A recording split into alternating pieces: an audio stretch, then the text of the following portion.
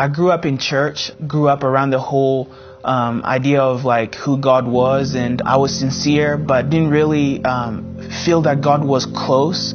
Didn't feel felt that God was far away just by looking at what was going on in the world. I remember just whenever I heard the name of God, I just felt sometimes shame because I felt I wasn't good enough. We had a lot of rules in the Catholic Church. Into my early teens, I became an atheist, and there was a lot of death in my family, so I just lost my faith and lost my belief in God, and had a lot of questions in my mind about who God was and what happens in the afterlife.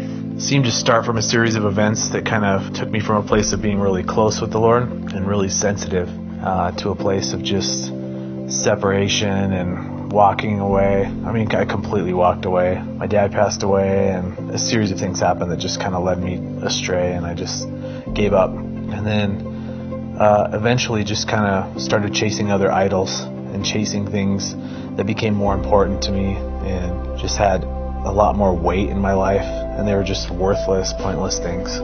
So I was giving myself over to drugs and alcohol and women in order to satisfy this longing in my heart, and none of that was ever going to fulfill me, and I really felt empty inside. And there came a point where I met some people who started talking to me about Jesus.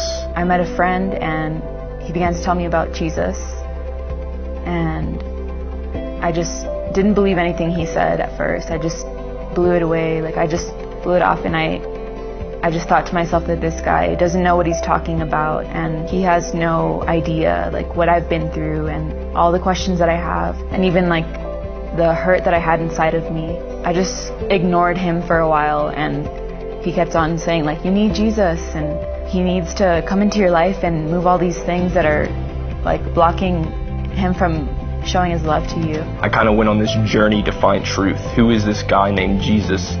Is he really who he says he is? And over a course of about 2 years, I found out who he was.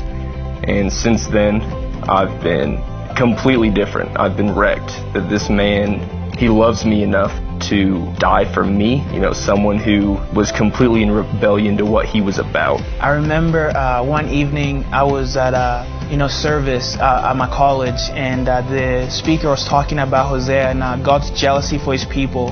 And that was really the first time I heard about a God who cared, about a God of emotion. And I remember for the first time my heart coming alive and realizing that God actually, loved me and he cared for me. And that was a turning point for me, realizing that God wasn't a God that was far away, but close. I began to raise these questions up in the air, and I didn't know who I was talking to or if I was going to get an answer at all. I just heard God tell me that he was going to take care of me, and that all the darkness that was in my life, he wanted to take it away. And it was just a powerful moment when I had so much hurt and so much fear in my life, and God just took it away. He just said, I'm going to come and I'm going to make your life new again, and you're going to be with me.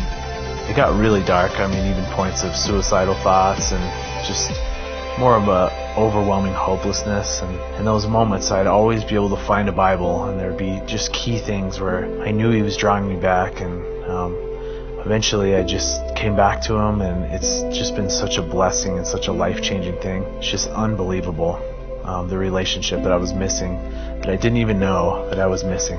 And it's an ongoing thing.